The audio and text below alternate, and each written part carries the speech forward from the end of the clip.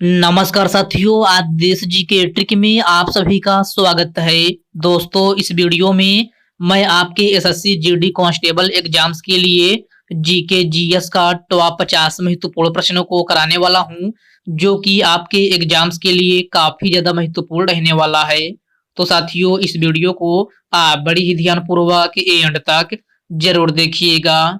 तो साथियों, आज का पहला प्रश्न है, सिंधु दर्शन उत्सव निम्नलिखित में से किस भारतीय राज्य में मनाया जाता है? ऑप्शन है लद्दाख, सिक्किम, जम्मू कश्मीर और ऑप्शन डी है पंजाब। तो साथियों, सिंधु दर्शन उत्सव लद्दाख में मनाया जाता है। राइट आंसर ऑप्शन ए हो जाएगा, लद्दाख में। नेक्स्ट क्वेश्चन है, फ्री बॉल किक निम्नलिखित में से किस खेल से संबंधित है? इसका ऑप्शन है वॉलीबॉल, क्रिकेट, फुटबॉल या फिर ऑप्शन डी है हॉकी। तो फ्री बॉल किक जो है आपका ये है फुटबॉल खेल से संबंधित है। राइट आंसर ऑप्शन सी हो जाएगा, फुटबॉल खेल से। आपका नेक्स्ट क्वेश्चन है, भारत के नियंत्रक और महालेखा परीक्षा के अर्थात सीएजी भारतीय संविधान के किस अनुच्छेद में है? तो भारत के नियंत्रक और महालेखा परीक्षा के अर्थात सीएजी भारतीय संविधान के अनुच्छेद 148 में है। राइट आंसर ऑप्शन बी हो जाएगा, अनुच्छेद 148 है। ओके फ्रेंड्स, इसको आप अच्छे से जरूर याद रखिएगा। साथियों, वीडियो में आगे बढ़ने से पहले आपसे एक छोटी सी रिक्वेस्ट है, अभी तक आप वीडियो को लाइक नहीं किए हैं तो वीडियो को लाइक कर दीजिए। और साथियों, अभी तक आप चैनल को सब्सक्राइब नहीं किए हैं तो प्लीज आपसे रिक्वेस्ट है, आप जो है चैनल को सब्सक्राइब करके बेल आइकन को जरूर प्रेस कर लीजिएगा। चलिए साथियों, बढ़ते हैं नेक्स्ट क्वेश्चन की ओर। नेक्स्ट क्वेश्चन आपसे पूछा गया है, बक्सर के युद्ध का नेतृत्व निम्नलिखित में से किसने किया था? तो गुरिल खान, शाह आलम द्वितीय, हेक्टर मुनरो या फिर ऑप्शन डी है इनमें से कोई नहीं। तो बक्सर के युद्ध का नेतृत्व जो है आपका ये है हेक्टर मुनरो के द्वारा किया गया था। राइट आंसर ऑप्शन है सी हो जाएगा, हेक्टर मुनरो। साथियों, बक्सर का युद्ध कब हुआ था? तो बक्सर का युद्ध जो है आपका ये है 1764 ईस्वी में हुआ था। आपका नेक्स्ट क्वेश्चन है, मौलिक कर्तव्य संविधान के किस अनुच्छेद में है? तो मौलिक कर्तव्य भारतीय संविधान के किस अनुच्छेद में है? तो यह आपका अनुच्छेद 51 ए में है। किसमें? अनुच्छेद 51 ए में। आपका राइट आंसर ऑप्शन ए हो जाएगा। साथियों, मौलिक कर्तव्य भारतीय संविधान के किस भाग में है? तो यह आपका भाग 4 ए में है। किसमें? भाग 4 ए में। और यह किस देश के संविधान से लिया गया है? तो यह आपका रूस देश के संविधान से लिया गया है। आपका नेक्स्ट क्वेश्चन है, संविधान दिवस प्रत्येक वर्ष किस तिथि को मनाया जाता है? 25 नवंबर, 20 जनवरी, 26 दिसंबर या फिर ऑप्शन डी दिया गया है 26 नवंबर। तो संविधान दिवस प्रत्येक वर्ष जो है आपका 26 नवंबर को मनाया जाता है। कब? 26 नवंबर को। प्रश्न नंबर 5 का राइट आंसर ऑप्शन डी हो जाएगा। ड्राफ्ट कमीशन का गठन किस वर्ष में हुआ था? तो सभी प्यारे साथी इसका आंसर बताएंगे कि ड्राफ्ट कमीशन का गठन किस वर्ष में हुआ था? तो यह आपका 1947 ईस्वी में हुआ था। राइट आंसर ऑप्शन सी हो जाएगा, 1947 ईस्वी में। मोहम्मद अली जिन्ना ने 14 सूत्री मांग किस वर्ष प्रस्तुत किया था? 1931 में, 1937 में, 1929 में या फिर ऑप्शन डी है 1939 में। तो मोहम्मद अली जिन्ना ने 14 सूत्री मांग किस वर्ष प्रस्तुत किया था? तो यह आपका 1929 ईस्वी में प्रस्तुत किया था। राइट आंसर ऑप्शन सी हो जाएगा, 1929 ईस्वी में। और साथियों, अगर आपसे डेट पूछा जाए तो याद रखिएगा 28 मार्च। कब? 28 मार्च 1929 ईस्वी में मोहम्मद अली जिन्ना के द्वारा जो है 14 सूत्री मांग प्रस्तुत किया गया था। ओके फ्रेंड्स, क्लियर है। चलिए बढ़ते हैं नेक्स्ट क्वेश्चन की ओर। नेक्स्ट क्वेश्चन आपसे पूछा गया है, प्रधानमंत्री रोजगार योजना की शुरुआत किस पंचवर्षीय योजना के तहत शुरू हुई थी? तो आपका राइट आंसर ऑप्शन डी हो जाएगा, 8वीं पंचवर्षीय योजना। राइट आंसर क्या होगा? डी हो जाएगा। अगला प्रश्न है, चंगाई लोक नृत्य शैली निम्नलिखित में से किस राज्य से संबंधित है? नागालैंड, असम, मणिपुर या फिर कर्नाटक।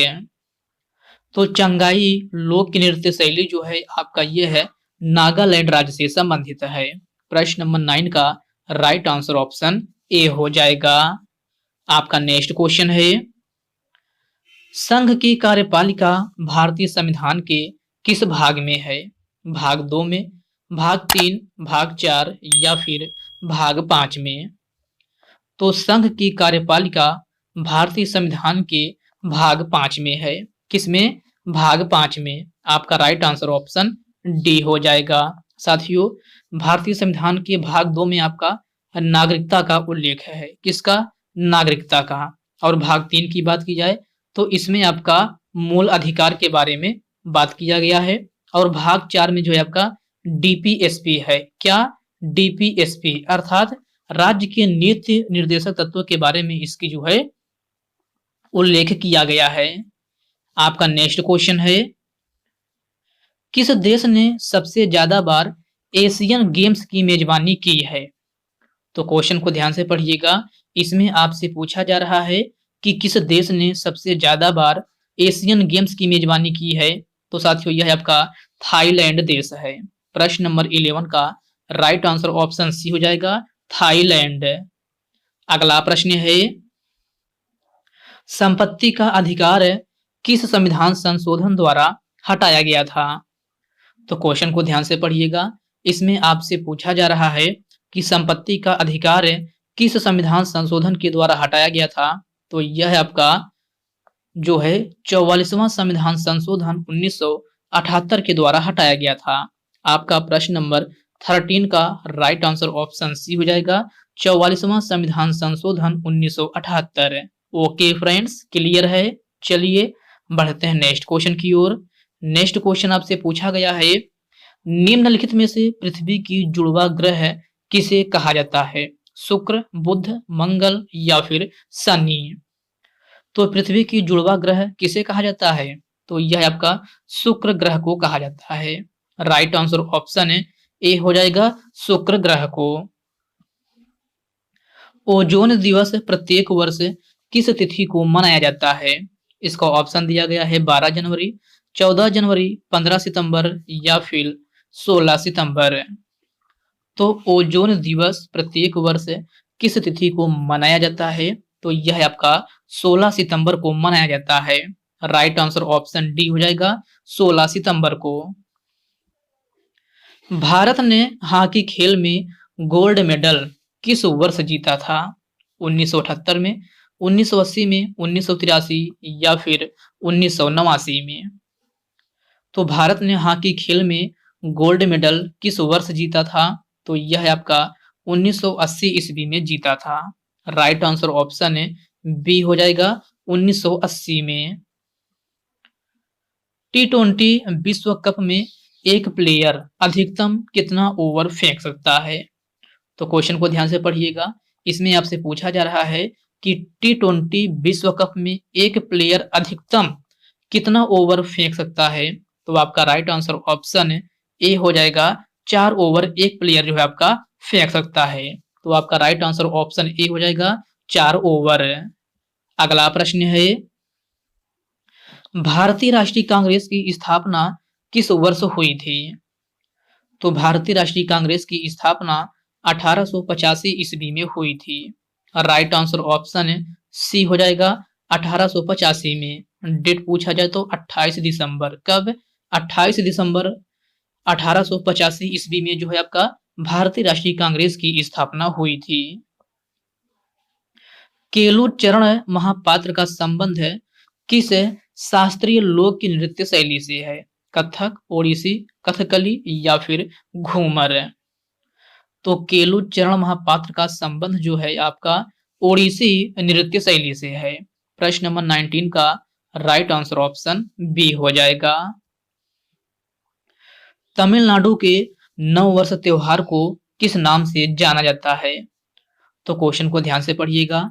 इसमें आपसे पूछा जा रहा है कि तमिलनाडु के नववर्ष त्योहार को किस नाम से जाना जाता है? तो यह आपका पोथांदो के नाम से जाना जाता है। राइट आंसर ऑप्शन डी हो जाएगा। निम्नलिखित में से बलबन के विरुद्ध विद्रोह किसने किया था? तो सभी प्यारे साथी इसका आंसर बताएंगे कि बलबन के विरुद्ध विद्रोह किसने किया था। तो यह आपका तुगरिल खान ने किया था। राइट आंसर ऑप्शन ए हो जाएगा, तुगरिल खान ने। आपका नेक्स्ट क्वेश्चन है, आनंद मठ के लेखक कौन है? अशोक घोष, ऋषभ देव, रविंद्रनाथ टैगोर या फिर ऑप्शन डी है बंकिम चंद्र चटर्जी। तो आनंद मठ के लेखक कौन है? तो यह आपका बंकिम चंद्र चटर्जी हैं। प्रश्न नंबर 22 का राइट आंसर ऑप्शन डी बन जाएगा। पहली पंचवर्षीय योजना किस मॉडल पर आधारित है? तो पहली पंचवर्षीय योजना जो है हैरोल्ड डोमर मॉडल पर आधारित है। राइट आंसर ऑप्शन बी हो जाएगा। चितरंजन दास के साथ स्वराज पार्टी की स्थापना किसने किया था? जवाहरलाल नेहरू, मोहनदास करमचंद गांधी, मोतीलाल नेहरू और ऑप्शन डी दिया गया है बाल गंगाधर तिलक। तो चितरंजन दास के साथ स्वराज पार्टी की स्थापना मोतीलाल नेहरू ने की थी। राइट आंसर ऑप्शन सी हो जाएगा, Motilal Nehru. Okay friends, clear है। चलिए बढ़ते हैं नेक्स्ट क्वेश्चन की ओर। नेक्स्ट क्वेश्चन आपसे पूछा गया है, सोनल मान सिंह का संबंध निम्नलिखित में से किस लोक नृत्य शैली से है? तो सोनल मान सिंह का संबंध जो है ओडिसी और भरतनाट्यम से है। प्रश्न नंबर 25 का राइट आंसर ऑप्शन ए हो जाएगा, ओडिसी और भरतनाट्यम से।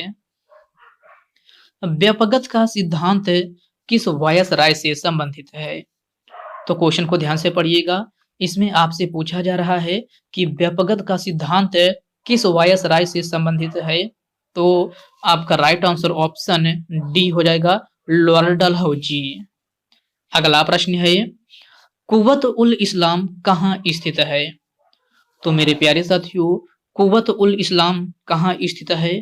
तो यह आपका दिल्ली में स्थित है। कहाँ? दिल्ली में। प्रश्न नंबर 27 का राइट आंसर ऑप्शन ए हो जाएगा। प्रधानमंत्री जीवन ज्योति बीमा योजना की उम्र सीमा क्या है? तो प्रधानमंत्री जीवन ज्योति बीमा योजना की उम्र सीमा जो है आपका 18 से 50 वर्ष है। कितना? 18 से 50 वर्ष है। आपका प्रश्न नंबर 28 का राइट आंसर ऑप्शन ए बन जाएगा। पंडित राम नारायण का संबंध निम्नलिखित में से किस वाद्य यंत्र से है? तो पंडित राम नारायण का संबंध जो है सारंगी वाद्य यंत्र से है। राइट आंसर ऑप्शन सी हो जाएगा, सारंगी वाद्य यंत्र से। ओके फ्रेंड्स, इसको आप अच्छे से जरूर याद रखिएगा। आपका नेक्स्ट क्वेश्चन है, स्वच्छ भारत मिशन किससे संबंधित है? तो स्वच्छ भारत मिशन किससे संबंधित है? तो आपका राइट आंसर ऑप्शन डी हो जाएगा, महात्मा गांधी। निखत जरीन का संबंध किस खेल से है?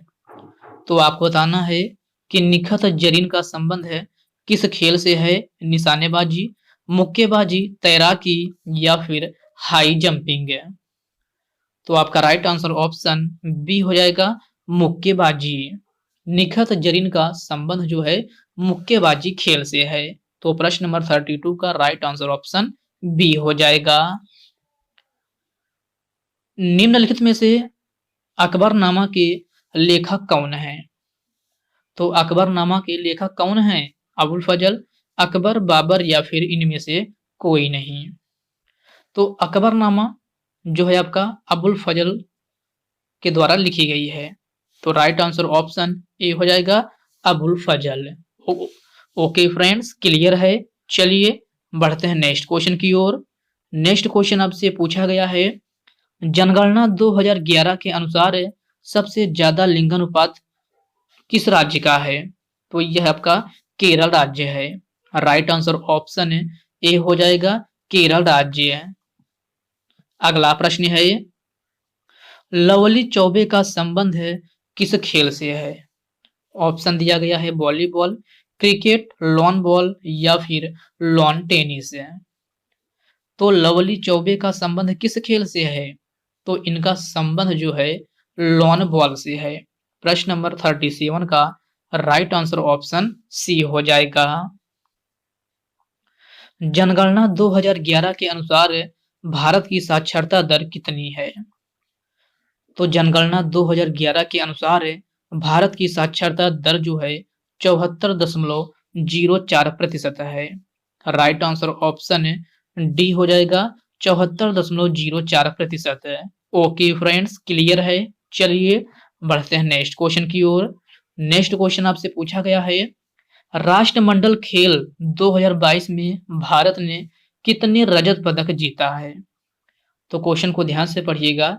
इसमें आपसे पूछा जा रहा है कि राष्ट्रमंडल खेल 2022 में भारत ने कुल कितने रजत पदक जीता है? तो आपका राइट आंसर ऑप्शन ए हो जाएगा, 16। राइट आंसर क्या होगा? ए हो जाएगा। सीवी रमन को नोबेल पुरस्कार कब दिया गया था? 1932 में, 1929 में, 1936 या फिर 1930 में? तो सीवी रमन को नोबेल पुरस्कार जो है आपका 1930 ईस्वी में दिया गया था। कब? 1930 ईस्वी में। प्रश्न नंबर 42 का राइट आंसर ऑप्शन डी हो जाएगा। गोलकुंडा किला कहाँ स्थित है? ऑप्शन है लखनऊ, हैदराबाद, जयपुर या फिर कानपुर। तो गोलकुंडा किला कहाँ स्थित है? तो मेरे प्यारे साथियों, गोलकुंडा किला जो है आपका हैदराबाद में स्थित है। राइट आंसर ऑप्शन बी हो जाएगा, हैदराबाद में। ओके फ्रेंड्स, इसको आप अच्छे से जरूर याद रखिएगा। आपका नेक्स्ट क्वेश्चन है, निम्न में से भूटान की आधिकारिक भाषा क्या है? जोंगका, मलयालम, कोंकणी या फिर बंगाली? तो भूटान की आधिकारिक भाषा क्या है? तो यह आपका जोंगखा है। प्रश्न नंबर 44 का राइट आंसर ऑप्शन ए हो जाएगा।